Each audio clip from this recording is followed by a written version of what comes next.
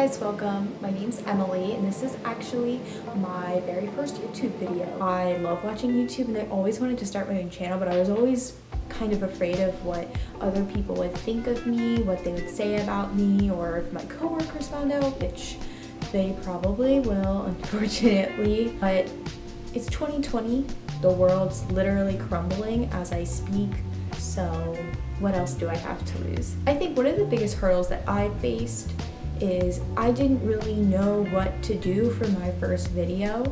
I've literally watched countless videos that have talked about the best way to grab the most viewers in your first YouTube video. At the end of the day, I'm making this channel to have fun, so I really wanted my content to be good, not just clickbaity.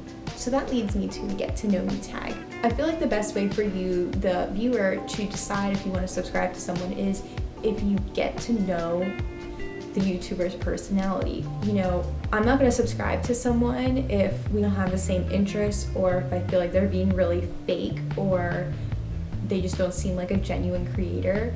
So I thought getting a get to know me tag would be the best way for you, the viewer, to see if you want to subscribe to me, see if you like my channel. So let's talk about me. So I googled get to know me questions. I just selected some of the ones that I thought would be the best way to convey my personality to you guys. Let's get started. So the first question I have here is, where did you grow up? I grew up in central Pennsylvania in a very, very small town. I was right near the capital of Pennsylvania, which is Harrisburg, which I'm sure no one knows unless you're actually from Pennsylvania. When I say small town, I remember when my hometown got a Walmart and it was literally like the biggest thing in the world. A Walmart. A Walmart? Not even a Target, like a Walmart. And we were ecstatic. I remember in middle school we were like, oh, let's go to the Walmart, the new Walmart, and it is Walmart at the end of the day. So that brings me to question number 2. Where do you currently live? So I currently moved from my small town in Pennsylvania to another small town, but in Ohio. It feels like home, certainly. So that kind of leads into question number 3. Have you moved from home? Where to, and how was the experience? Clearly, I moved from Pennsylvania to Ohio. I moved here because my boyfriend got a job out here and we decided to move out here for his work. We moved out this summer. We were really thankful that he got a job out here, especially during the pandemic. So we decided to kind of roll the dice, come out here for work. I actually do like it out here. It's my first apartment on my own besides being at college. So I actually like it because we have our own space now and freedom is wonderful. Question number 4, what do you like about your home?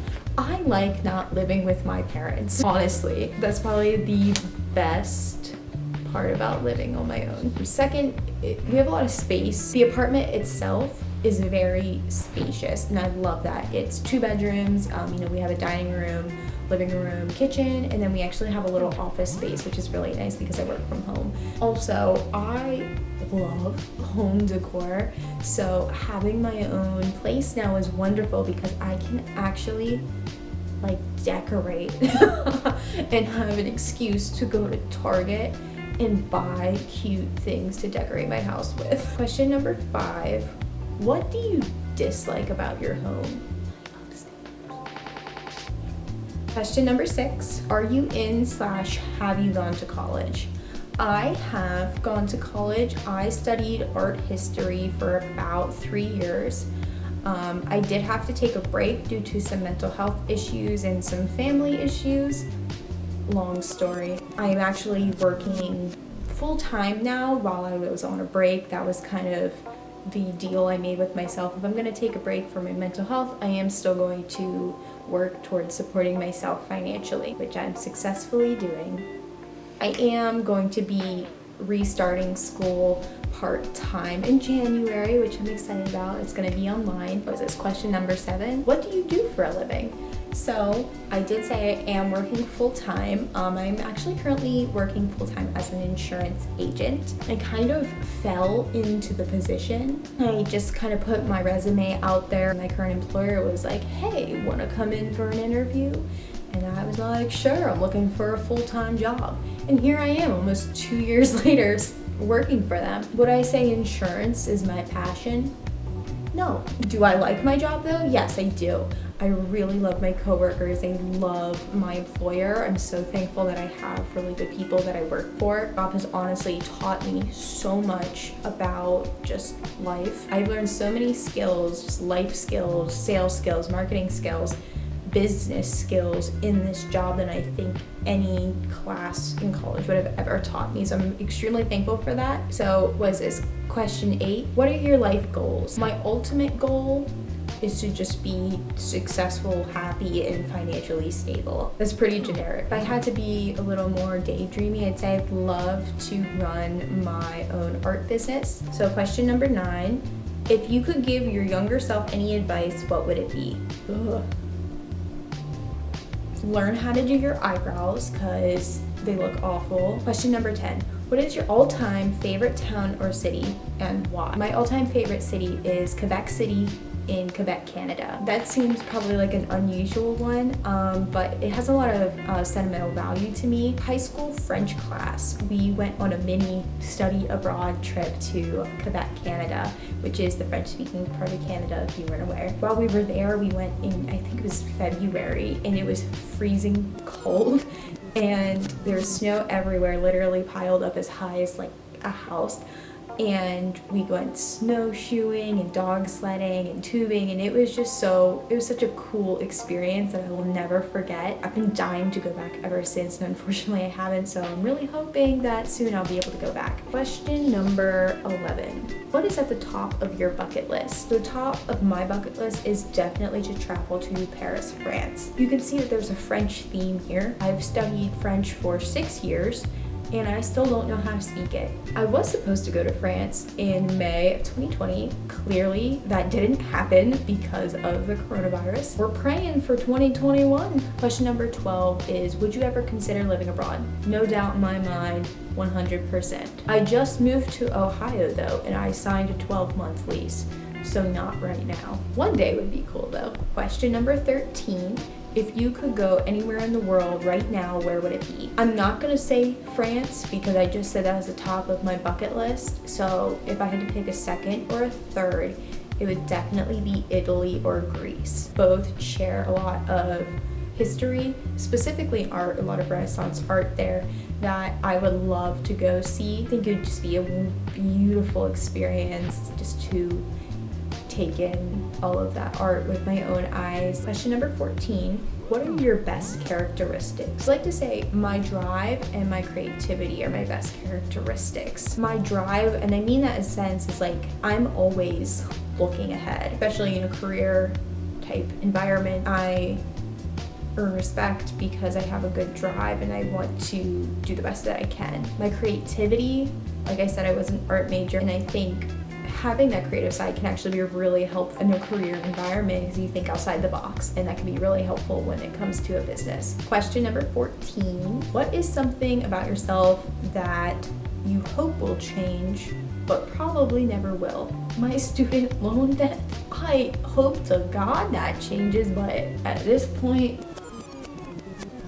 we're just making it through. Question number 15. What is good about how you are living your life right now? I told you guys earlier that I had to take a break from my education due to some mental health issues. I feel so much better now, and overcoming mental health problem is very difficult, and I'm very proud of myself, and I'm so happy of where I am today and the progress that I've made. Question number 16 is, what are your hobbies? So art is obviously probably one of my biggest hobbies. I love photography, painting, drawing. I'm dabbling in some digital art. We'll see how it goes. I'm definitely more of a hands-on type of person, so doing things digital has been a little bit of a struggle. Another huge, big hobby of mine is home decor. I love looking at a space and seeing what works, how the furniture flows with the room, working with color. Now that I have my own place, it's really fun to actually put it into perspective. Another hobby is fashion. I like fashion. I wouldn't call myself the most fashionable. I'm definitely more simplistic and minimal. I'm working on it though. I like to watch fashion YouTubers. I like to read about fashion. I like to follow fashion Instagrammers because I find it interesting and it does give me inspiration to my own style. Shopping, I don't even know if that's really a hobby, but I'm gonna call it a hobby because I like to do it. There's some kind of sick thrill I get about finding a good deal. It's probably some kind of addiction. I'm gonna call it a hobby. I don't remember what number question we're on, so I'm just gonna read the question. Is there any item you collect? I am not a big collector, but I've recently started as of probably last year, and this is gonna sound extremely basic of me. I collect those Starbucks bin there mugs. I only have like 3 of them, but so far I only have Canada, Florida, and Ohio, which is definitely not an exciting list. So hopefully we'll expand upon that in the coming years. Another thing that I collect is Disney stuff. That's very broad. My boyfriend and I, we have immediate family in Orlando, so we do go to the parks quite frequently.